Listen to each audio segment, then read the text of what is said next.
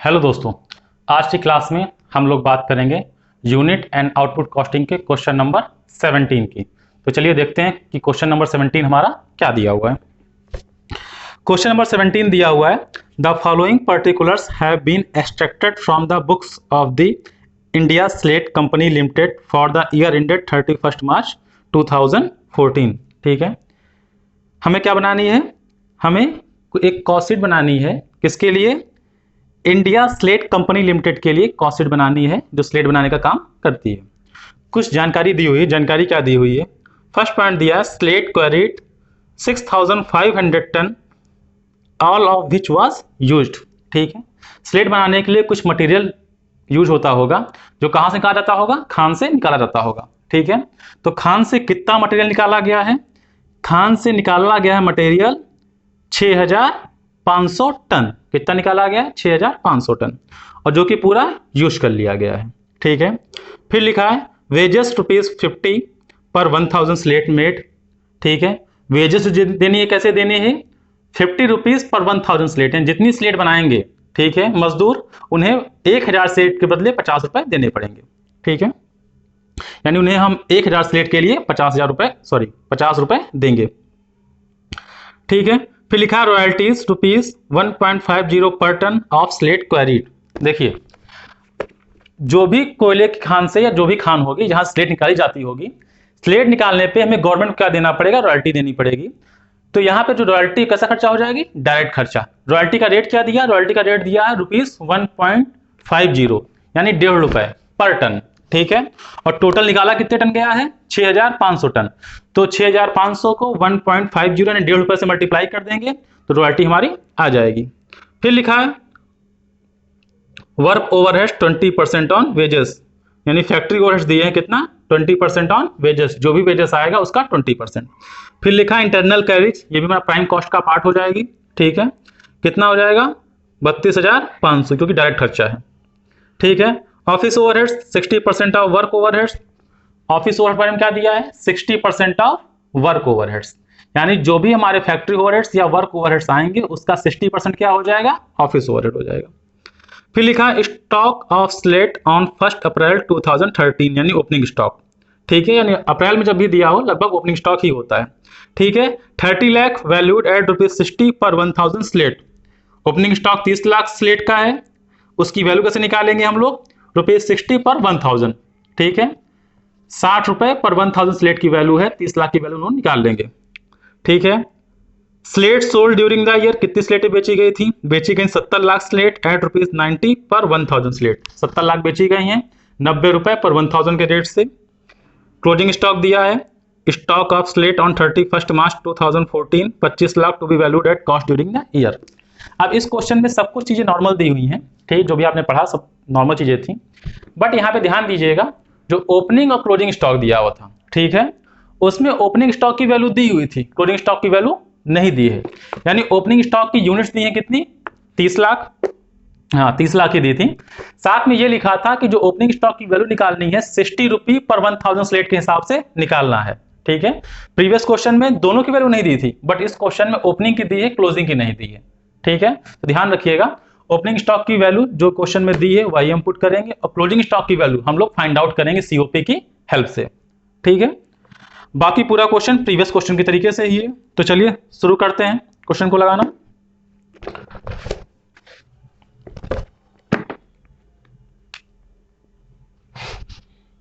पहले फॉर्मेट बनाते हैं हम लोग कॉस्ट शीट का।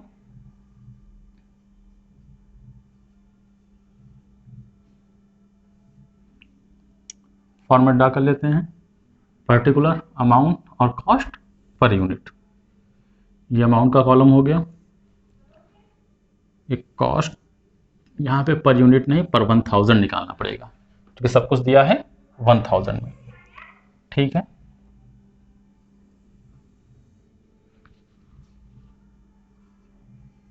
तो ये आ जाएगा पर्टिकुलर, ये आ जाएगा अमाउंट, ये आ जाएगा कॉस्ट पर 1000 स्लेट। ठीक है, चलिए शुरू करते हैं। सबसे पहले दिया था स्लेट क्वारीड 6500 टन, उसका कोई काम नहीं। फिर वेजेस दिया है, उसके लिए क्या चाहिए हमको, आउटपुट चाहिए, क्योंकि वेजेस दिया था ₹50 पर 1000 स्लेट। फिर रॉयल्टी, रॉयल्टी किस पे अप्लाई होगा, स्लेट क्वारीड, जितनी स्लेट क्वारीड निकाली जितनी स्लेट हमने निकाली, तो यहाँ लिखते हैं पहले हम रॉयल्टी।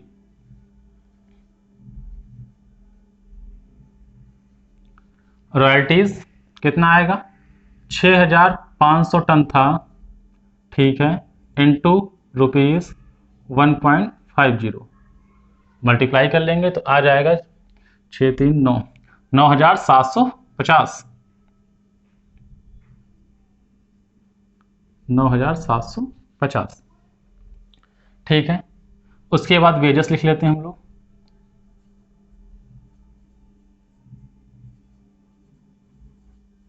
Direct wages. अब देखिए, रॉयल्टी को प्राइम कॉस्ट का पार्ट इसलिए माना गया है, रॉयल्टी डायरेक्ट खर्चा होती है, ठीक है। प्रोडक्ट बनाने के लिए जितना ज्यादा आप लोग आउटपुट खान से निकालेंगे उतनी ज्यादा आपको रॉयल्टी पे करनी पड़ेगी, ठीक है। तो ये कैसा खर्चा है, डायरेक्ट। जो खर्चे प्रोडक्शन के साथ चेंज होते हैं वो डायरेक्ट खर्चे होते हैं, किसका पार्ट होते हैं, प्राइम कॉस्ट का, ठीक है। तो निकालते हैं डायरेक्ट वेजेस। वेजेस के लिए बोला गया था ₹50 पर 1000 स्लेट मेड, तो इसके लिए बनाते हैं वर्किंग नोट और देखते हैं कितनी स्लेटें हम लोगों ने बनाई, ठीक है। तो सिंपल तरीका पिछले क्वेश्चन के तरीके से स्लेट मेड निकालने का, sales plus closing stock minus opening stock.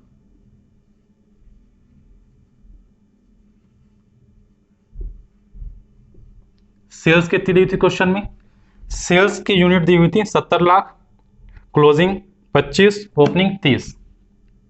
ये दिया था 70 लाख, क्लोजिंग 25 लाख, ओपनिंग 30 लाख। तो 70, 25, 95 माइनस 30, 65 लाख। यानी जो स्लेटें क्या हुई, बनाई गई इस साल, कितनी बनाई गई, 65 लाख। तो जो वेजेस देनी किस पे देनी है, 65 लाख पे। तो कैसे निकालेंगे हम लोग, पिछले क्वेश्चन के तरीके से ही 65 लाख इंटू ₹50 रेट था कितने का, पर 1000, 1000 से डिवाइड कर देंगे, 3 0 कैंसिल हो जाएंगे, यानी कि 65,000 इंटू 6500 इंटू 50, यानी 6500 इंटू 50, तो ये आ जाएगा 3,25,000, ये आ जाएगा 3,25,000, ठीक है। उसके बाद क्या दिया था, वर्क ओवरहेड दिए थे। उसके बाद इंटरनल कैरेज, इंटरनल कैरेज मतलब प्रोडक्ट को मंगाने का खर्चा, ठीक है, फैक्ट्री तक आने के खर्चे, तो ये भी क्या हो जाएंगे हमारे डायरेक्ट खर्चे। तो लिख दीजिएगा इंटरनल कैरेज। ये कितना दिया हुआ था, ये दिया हुआ 32,500,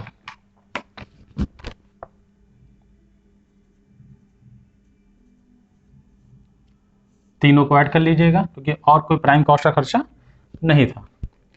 9,750 प्लस 3,25,000 प्लस 32,500, 3,67,250, 3,67,250। ये क्या आ गया, ये आ गया प्राइम कॉस्ट। अगर कभी भी आपको कोई भी हेड पहचानने में दिक्कत हो कि कौन सी चीज कहाँ पे आएगी, कौन सी चीज प्राइम कॉस्ट में आएगी, कौन सी चीज नहीं आएगी, ठीक है, यानी कौन सा खर्चा डायरेक्ट है या कौन सा खर्चा इनडायरेक्ट, तो सिंपल तरीका, जो खर्चे आउटपुट के साथ यानी प्रोडक्शन के साथ चेंज होते हैं वो डायरेक्ट खर्चे, जो चेंज नहीं होते हैं वो इनडायरेक्ट खर्चे, ठीक है। डायरेक्ट खर्चे कहाँ आते हैं, डायरेक्ट खर्चे सब प्राइम कॉस्ट का पार्ट होते हैं। अब इसमें ऐड करेंगे हम लोग क्या, add factory overheads. Factory overheads के बारे में क्या दिया हुआ था, उसके बारे में लिखा हुआ था work overheads 20% on wages, wages का 20%।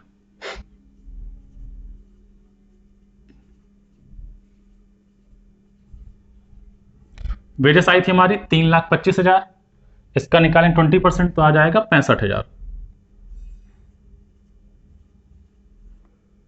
दोनों को ऐड कर देंगे। 3,67,250 प्लस 60,000, सॉरी 65 है।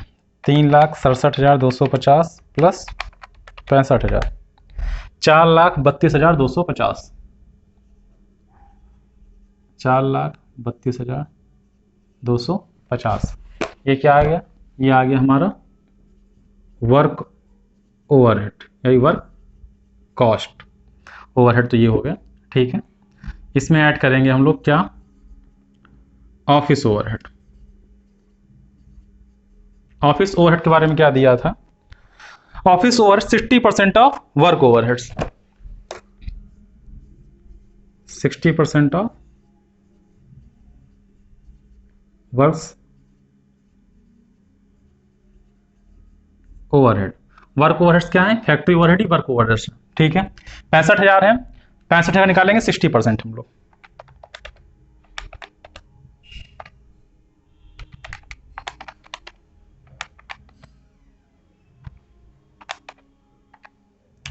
₹39,000 आ गया। दोनों को ऐड कर देंगे। 4,32,250, 4,32,250 प्लस 39,000, ये आ गया 4,71,250, 4,71,250। ये क्या आ गया? वर्क कॉस्ट के बाद COP, कॉस्ट ऑफ प्रोडक्शन, ठीक है। इसमें ऐड करेंगे क्या हम लोग? Opening stock of finished good less करेंगे closing stock of finished good, add करेंगे opening stock of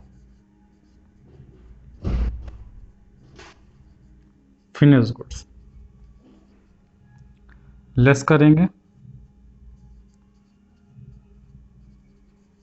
closing stock of finished good.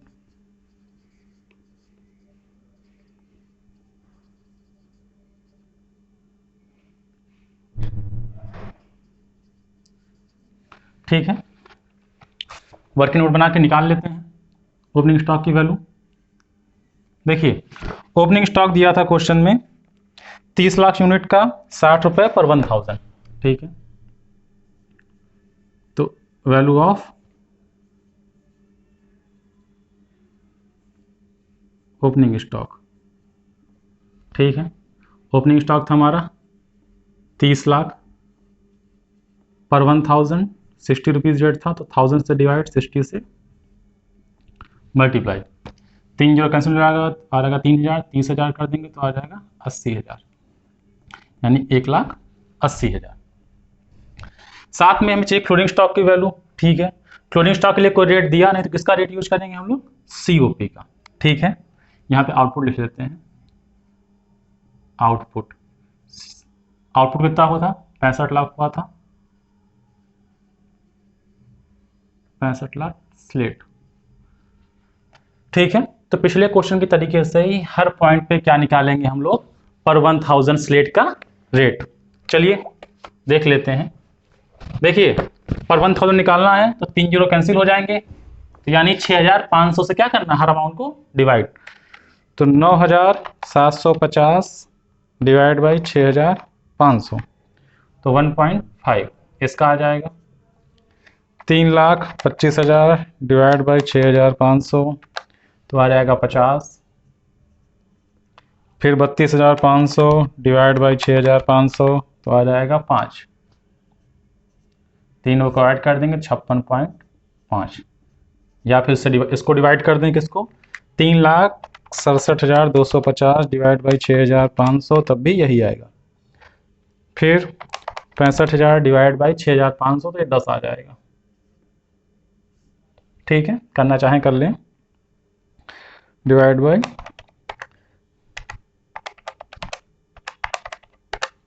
ठीक है। फिर 4,32,250 डिवाइड बाई 6,500, तो 66.5, दोनों का आइटम। फिर 39,000 को डिवाइड करेंगे किससे हम लोग? 6,500 से ही, तो आ जाएगा 6, दोनों का एडअप 66 6 72.5। चाहे 4,71,250 को आप लोग डिवाइड कर लीजिए किससे, 6,500 से, तब भी यही आएगा। ठीक है। वर्किंग नोट नंबर 3, अब क्लोजिंग स्टॉक की वैल्यू निकालनी है, तो value of closing stock. Closing stock कितनी यूनिट्स का था, ये देखिए लिखा हुआ है 25 लाख यूनिट्स का। तो 25 लाख, क्योंकि रेट पर 1000 है तो 1000 से डिवाइड इंटू 72.5। ठीक है, 3 0 3 0 कैंसिल हो जाएंगे तो आ जाएगा 2500, यानी 72.5 इंटू 2500, तो आ जाएगा 1,81,250। ओपनिंग स्टॉक की वैल्यू जुड़ जाएगी, क्लोजिंग स्टॉक की वैल्यू लेस हो जाएगी। 1,80,000 ओपनिंग स्टॉक की वैल्यू आई थी तो ये जुड़ जाएगी, क्लोजिंग स्टॉक की वैल्यू है 1,81,250, ये लेस हो जाएगी। ठीक है, तो 4,71,250, 4,71,250 प्लस 1,80,000 माइनस 1,81,250, यह आ जाएगा 4,70,000। ये आ गया COGS, cost of goods sold, यानी जितनी यूनिट्स बेची गई उनकी वैल्यू, यानी उनकी कॉस्ट। बेची कितनी गई थी, 65 लाख। अगर रेट निकालना चाहें तो इसको डिवाइड करेंगे किससे, 65 लाख, सॉरी बेची गई थी कितनी, 70 लाख। 65 लाख तो बनाई गई थी, बेची गई थी 70 लाख। ठीक है, अगर यहाँ पे बेची गई यूनिट्स की निकालनी है कॉस्ट हमें, तो 4,70,000 डिवाइड बाई 70 लाख इंटू 1,000, तो 4,70,000 डिवाइड बाई 70 लाख इंटू 1,000 करेंगे तो 3 0 3 0 कैंसिल हो जाएंगे, डिवाइड बाई सीधे कर देते हैं हम लोग क्या, 7,000, तो यह आ जाएगा 67.14, 67.14, 142 है, राउंड ऑफ करेंगे तो 14 ही आएगा। ठीक है, अब यहाँ पे ध्यान दीजिएगा, यहाँ पे क्या हुआ है, सीओपी का रेट कुछ और आया है, सीओजीएस का रेट कुछ और आया। ऐसा क्यों, क्योंकि इस क्वेश्चन में ओपनिंग स्टॉक का जो रेट था वो क्वेश्चन में दिया हुआ था। ठीक है, उसके बेसिस पे निकाला, तो उस केस में क्या होता है, सीओपी और सीओजीएस का रेट चेंज होने की पॉसिबिलिटी होती है। ठीक है, अगर इन दोनों का रेट इसी रेट को यूज करके निकालना होता तो उस केस में सीओपी और सीओजीएस का रेट सेम होता है। ये चीज हमने पिछले क्वेश्चन में बताई थी। ठीक है, सीओजीएस हमारा आ गया। इसमें क्या क्वेश्चन में सेल्स के खर्चे दिए थे, नहीं दिए थे, तो सीओजीएस हमारा क्या हो जाएगा, टोटल कॉस्ट हो जाएगी। अगर सेल के खर्चे दिए होते तो सेल के खर्चे ऐड करते, यानी सेलिंग ओवरहेड ऐड करते, तब आती टोटल कॉस्ट। ठीक है, क्या क्वेश्चन में सेल दी हुई थी, हाँ सेल दी हुई थी, सेल दी थी 70 लाख यूनिट्स बेची गई थी 90 रुपए पर 1000 के रेट से। तो थोड़ा स्पेस छोड़ दीजिए प्रॉफिट एंड लॉस के लिए, लिख लीजिए सेल्स बेची गई थी 70 लाख यूनिट्स, किस रेट से, 1000 यूनिट्स 90 के रेट से। 0 0 कैंसिल हो जाएंगे, तो 9,963 यानी 6,30,000।